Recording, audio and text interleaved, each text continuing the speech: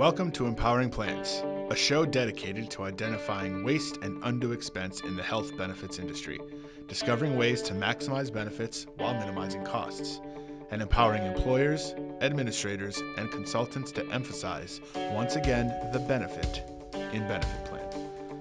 Today's episode is brought to you by the Phia Group, empowering plans since 1999. Now here are your hosts, the Phia Group's own CEO, Adam Russo, and Senior Vice President and General Counsel, Ron Peck. Hello, everybody, and welcome to another episode of Empowering Plans with the Phia Group. I am your co-host, Adam Russo, the CEO and co-founder of the company. With me, as always, is my good friend, our Senior VP. Actually, Ron, we're giving you a new title really soon, aren't we? Yeah, seriously, I think it's either King. No, not King. Prince. Just no, Prince. not Prince. But you're gonna get a new title soon. Just a dude. Anyways, to be determined. Title to be determined. I'm gonna introduce my good friend and co-host, Ron E. Peck. Say hello, Ron. Hello, Ron. Ron, no Brady. Pure happiness. Folks, I know that we have the free Brady, hashtag free Brady, hashtag stop Brady, hashtag bring Brady back. We're so happy that Brady's not here, but it's a really special day, Ron. It's the first of many to come, and I'm excited about it. It's called the Faces of Phia. What we figured we'd do, and I don't know how this came about. I actually forget how this started. Do you remember, Ron? Yeah, I think actually, so what ended up happening was, you recall we had Erin here. She was a fill-in for Brady because he had to be on the road, and we needed a third chair.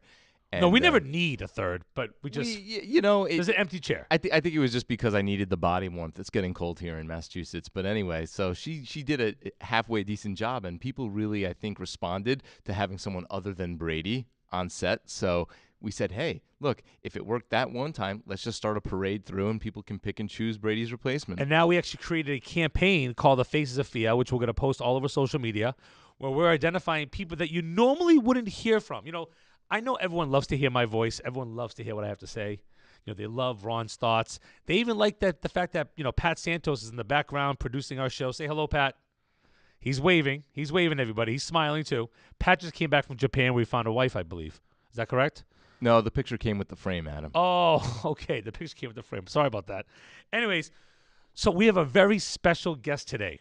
This is someone that you normally wouldn't see at a Phia conference or even at a national conference, at a client session. We're not bringing them to California to visit a client with us. But I can tell you that Norma Phillips is one of the most important people here at Phia for a lot of different reasons. And she's pretty famous. She actually had an article written about her in the Boston Globe back in 2010. So I just want to make sure we take the time here at Empowering Plans to say hello to Norma. Say hi, Norma. How's Hi. it going, How's it going, Norma? It's going great. So, Norma, everyone here at Phia was so excited about the fact that you were chosen as the first face of Phia. And I'm not really sure why it is. I mean, maybe you have some idea. But what do you think it is about Norma, Ron? Yeah.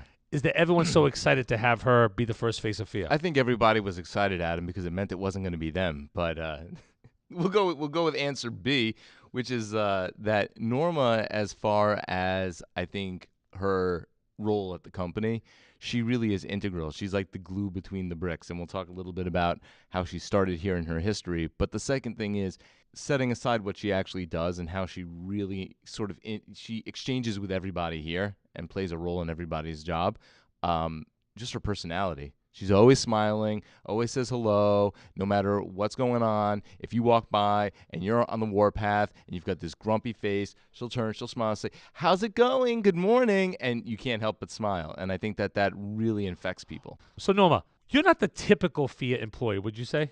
No, I'm not. So what makes you different, you think, in one unique fashion compared to all the other Phia employees we have? Life experience. So maybe we can elaborate a little bit on that? What does that mean, Norma?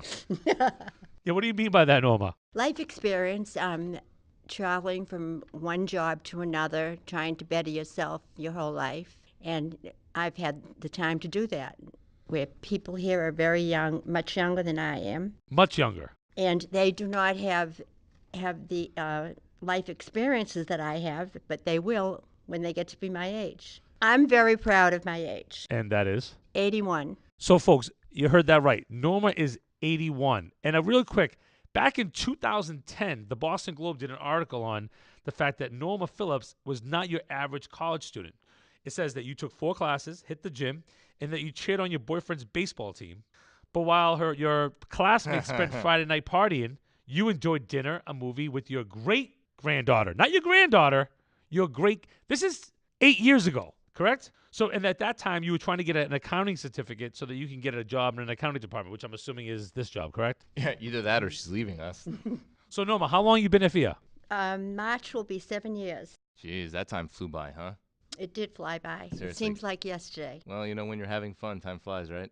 So, why is it that you're here? I mean, let's be honest. Most people your age aren't working, right? I mean, I'm assuming you don't have. Do you have any friends that are still working at your age? None. None. What do they think of you?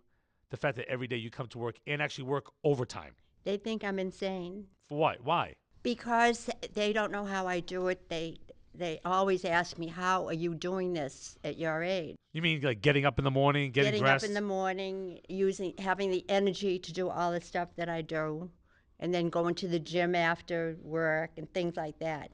So just so you know, Ron doesn't go to the gym. Yeah, after work. she's obviously better than I Pat am. doesn't go to the. I don't think Pat's seen a gym in his life. Well, I don't think Pat's left the studio.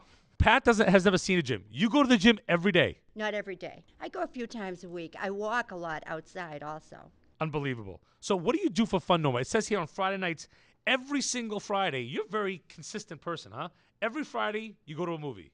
Is that right? Yes. Well, how long was that? How long ago did that start? And what's the meaning behind that? Well, my significant other has a hard time doing a lot of things, and that's the easiest You got to thing. get rid of that guy. It's the easiest thing for him to do is to sit in a movie and go for dinner, and so we go every Friday night. All right, so what's the best movie you've seen ever? Ever? The best movie I've seen ever. Yes. Well, it isn't. If you're asking me the best movie I've ever seen, it's not going to the movies on Friday nights. The one I think is best. Okay.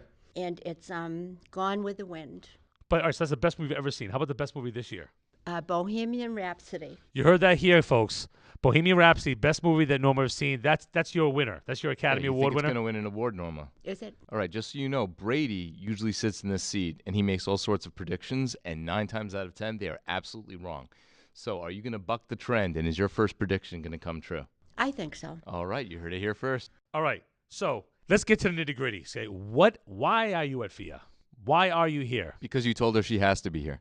I enjoy coming into work every single day. But why? I'm sure that you wouldn't enjoy every job every day. It gives me an unbelievable purpose in life. What is that I purpose? feel like I'm doing something in this world by working at FIA. So the funny thing is you say that is our whole millennial future leaders trying to get young people in is that what we learned is, and I learned this from TED Talks, is the most successful companies can answer the question why they exist. What is the purpose behind the company? And that a lot of young people, again, I'll be honest, I think you're the youngest person at heart that we have here. There's no question. You are so optimistic. There is so much pessimism even with these young people. But you have a real, you love being alive, which I think is awesome. But it seems to me that message that Ron and I created specifically for this younger generation, you've taken it on and you believe in it. When you said there's a purpose, what is that purpose? What do you think that is? Oh, just working, completing my job and getting it done on time and all the people around me that I really do love a lot of people here.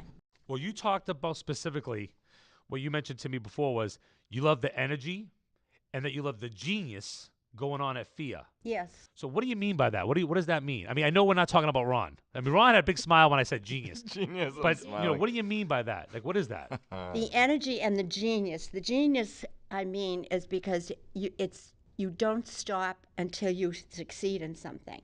And you know exactly what you're talking about and what you're doing. And that's how you get your clients. So what you're saying is because we have there are problems out there in the world, in our industry, especially in healthcare, and that because we just do everything we possibly can to make sure we find solutions to those situations instead of just coming up with excuses.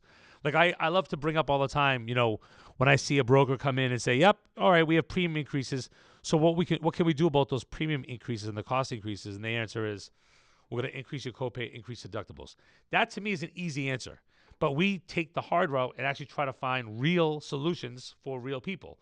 So is that what you mean? Because the fact that we're coming up with solutions that are going to help to reduce the overall cost of healthcare, is that what you mean? Is that genius? Is that the energy that drives you? That's part of it. The genius is knowing about every single thing that you're talking about. It's interesting. I heard a story, sort of an anecdote about, the saddest man on earth. And the saddest man on earth, every day he gets up, he goes, he sits in a box, he presses a red button. Same thing every day for 50 years. And then one day somebody says to him, what do you do? What do you do with your life? He says, I sit in the box and I press the red button. And they say, well, what happens when you press the red button? What does that do? I said, I have no idea. And that's the saddest person on earth, because the thing is, you get so caught up in this routine, but you don't feel like you're really having an impact. You don't understand ultimately what the trickle-down effect of your daily life has on other people. And Norma, we know that you started here. You were really dealing more with office administration, just sort of helping out around the house, right? But then, as you and Adam referred to it, you got an education in accounting, you got your certification, you entered into the accounting department, and now your role is no longer trapped by the four walls of the company, sort of office administration. You're now dealing with the actual funds, the money that's ultimately going back to all of these employers, right? Thousands of employers, millions of employees all over the country. The money that's in your hand is going back into those people's plans. So I would assume that as you talk about having meaning and purpose, you're not the person in the box who's pushing a red button and has no idea what the effect of your efforts are. I assume that you have this sense that what you're doing is affecting other people. Do you want to talk a little bit about that?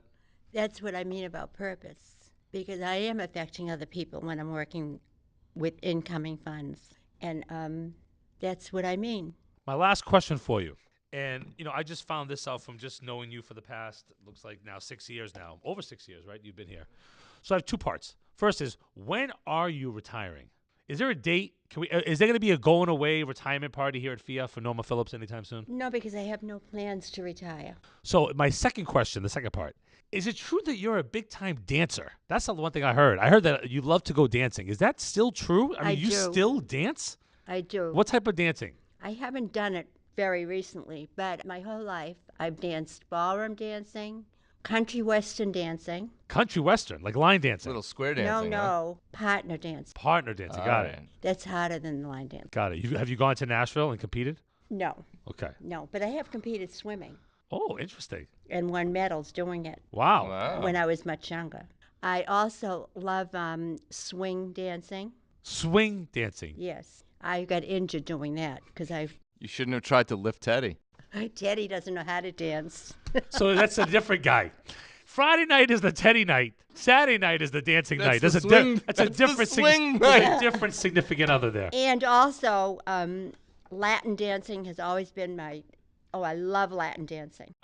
This is amazing to me. I mean, is that something that you think, Ron? I think we would be able to have a paid pay-per-view.